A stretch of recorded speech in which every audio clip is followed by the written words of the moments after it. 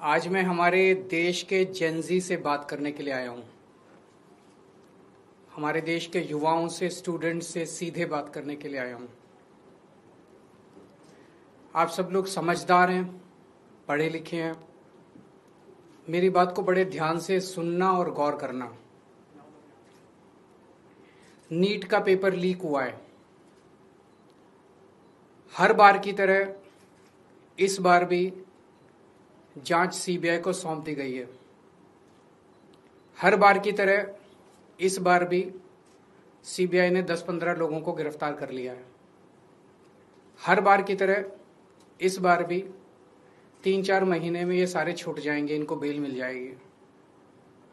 और हर बार की तरह इस बार भी ये सारे छूटे हुए बदमाश फिर से अगले साल के नीट के पेपर को लीक करने की तैयारी शुरू कर देंगे। मैं आप सब लोगों से पूछना चाहता हूं, थक नहीं गए ये सब सुन सुन के? बड़ी घिसी पिटी सी स्क्रिप्ट है, बड़ी घिसी पिटी सी स्टोरी है। सीबीआई पे भरोसा बचा है क्या? सीबीआई कुछ करेगी? 2017 में पेपर लीक हुए, सीबीआई को जांच सौंप दी गई। आज तक सीबीआई ने कुछ किया? फिर 2021 में पेपर लीक हुए, सीबीआई को जांच सौंप दी गई। आज तक सीबीआई ने कुछ किया? फिर 2024 में पेपर लीक हुए, जांच सीबीआई को सौंप दी गई। सीबीआई ने कुछ किया? फिर 2026 में अब पेपर लीक हुए, जांच फिर से सीबीआई को सौंप दी गई। आपको लगता है सीबीआई कुछ करेगी इस बार भी? और 2024 में तो हद ही हो गई। 2024 के जो मास्टरमाइंड थे उनको सीबीआई ने गिरफ्तार किया। कानून के मुताबिक गिरफ्तारी के 90 दिन के अंदर चार्जशीट फाइल होनी होती है, नहीं तो आदमी को ऑटोमेटिक बेल मिल जाती है। सीबीआई ने सो कॉल्ड मास्टरमाइंड को गिरफ्तार किया और 90 दिन में सीबीआई ने चार्जशीट फाइल नहीं की और उसको ऑटोमेटिक बेल मिल गई। क्यों? आपको लगता है कि सीबीआई ने इसलिए चार्जशीट फाइल नहीं की क्योंकि सीबीआई इनएफिशिएंट है? ना, सीबीआई इनएफिशिएंट नहीं है। सीबीआई में बड़े अच्छे अच्छे अफसर हैं। क्योंकि सीबीआई उन्हीं लोगों को रिपोर्ट करती है जो इस देश में पेपर लीक करवा रहे हैं। सीबीआई किसी को सजा दिलवा ही नहीं सकती। एक बार इस सारे देश की भी बात करते हैं। 2014 से जब से मोदी सरकार आई है, टोटल हमारे देश में 93 पेपर लीक हुए हैं, 93। और इनमें अधिकतर पेपर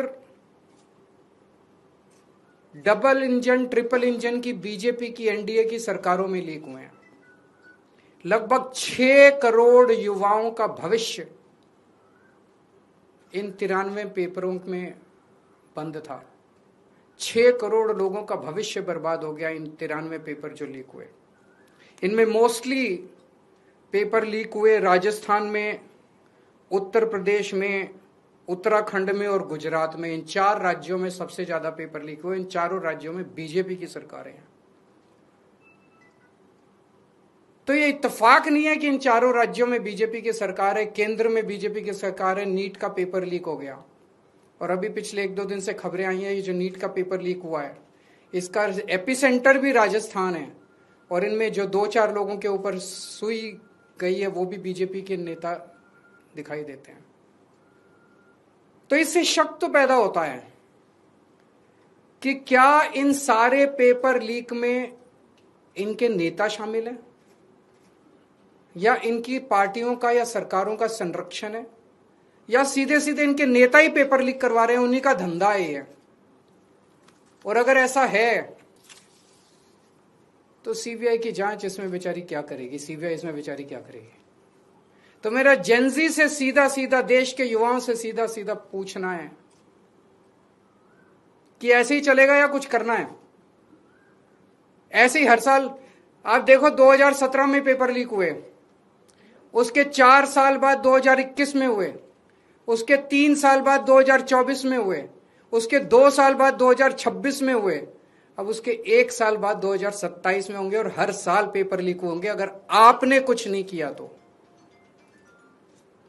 अगर नेपाल का और बांग्लादेश का जेनजी सड़कों पे उतर के अपने देश की सरकारों को बदल सकता है तो हमारे देश का जेनजी पेपर लीक करने वाले मंत्रियों को जेल नहीं भेज सकता है। मुझे अपने देश के जेनजी पे पूरा भरोसा है। ये देश आपका है। इस देश के नेताओं को इस देश में कोई इंटरेस्ट नहीं है। इस देश के नेताओं के बच्चे विदेशों में पढ़ते हैं।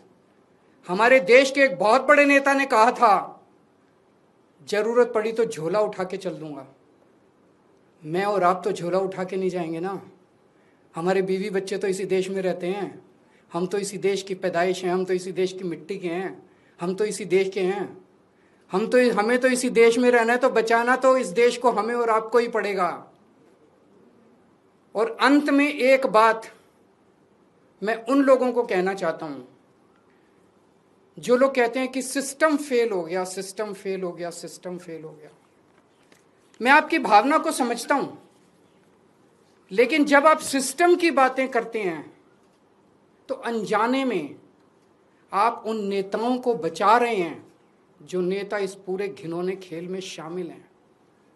अगर एक के बाद एक दर साल नीट के पेपर लीक हो रहे हैं तो पैसा सबसे टॉप पे पहुंच रहा है, सबसे टॉप पे। ऐसे ही पेपर लीक नहीं हो जाते, नीट के जैसे पेपर ऐसे ही लीक नहीं हो जाते। पैसा सबसे टॉप पे पहुंच रहा है। तो जब आप सिस्टम की बात करते हैं तो आप उस टॉप को बचा रहे हैं, अनजाने में बचा रहे हैं। मैं जानता हूं आपकी मंशा नहीं है, लेकिन अनजाने में उस टॉप ये सिस्टम कोई इमेजिनरी नहीं होता, फिक्शन नहीं होता, सिस्टम हवा में नहीं होता। सिस्टम के पीछे लोग हैं। सीधे आरोप लगाइए जो इस खेल के अंदर शामिल है, उनको जेल में भेजिए, सड़कों पे उतरिए, आंदोलन कीजिए और इस घिनौने खेल को बंद कीजिए। अभी खबर आई है कि पिछले 2-3 दिन में रशिया से एक जहाज चला गैस लेके हमारे देश की ओर। हमारे देश को गैस सप्लाई करने के लिए रशिया से एक जहाज चला। भारत सरकार ने उसको रोक दिया। भारत सरकार ने रशिया से कहा कि हमें गैस नहीं चाहिए। हमारे देश के प्रधानमंत्री हमें कह रहे हैं कि स्कूटर इस्तेमाल मत करो, मोटरसाइकिल इस्तेमाल मत करो, कार इस्तेमाल मत करो, public transport, work from home कर लो, तेल बचाओ। रशिया हमें कह रहे हैं कि तेल की कमी है, गैस की कमी है, फर्टिलाइजर इस्तेमाल मत करो। रशिया हमें तेल दे रहा है, हमें गैस दे रहा है, कह रहे हैं हम तेरे से नहीं खरीदेंगे। क्यों नहीं खरीदेंगे? ट्रंप ने मना किया है। तो मोदी जी ट्रंप के सामने क्यों झुके हुए हैं? 140 करोड़ लोगों का हित जरूरी है कि ट्रंप जरूरी है? मोदी जी की क्या मजबूरी है कि ट्रंप के सामने झुके हुए हैं? मोदी जी ट्रंप की बात क्यों मान रहे हैं? पूरी दुनिया का कोई नेता, कोई देश ट्रंप की बात नहीं मान रहा, मोदी जी ट्रंप की बात क्यों मान रहे हैं?